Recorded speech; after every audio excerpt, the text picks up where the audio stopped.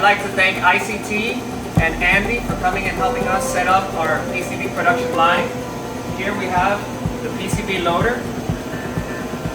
Here we have the printer. We have a conveyor that feeds into two pick and place machines.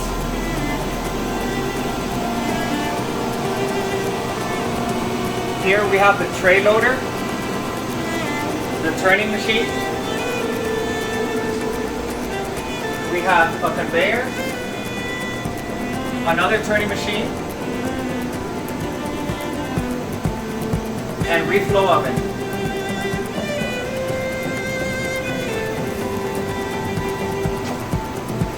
Here we have selective spray coating machine. We have an inspection conveyor belt, and here we have another reflow oven. Here we have another inspection conveyor. I'd like to thank again I.C.T. and Andy for coming and helping us for the last 2 weeks to set all these machines up and teach us on how to use them.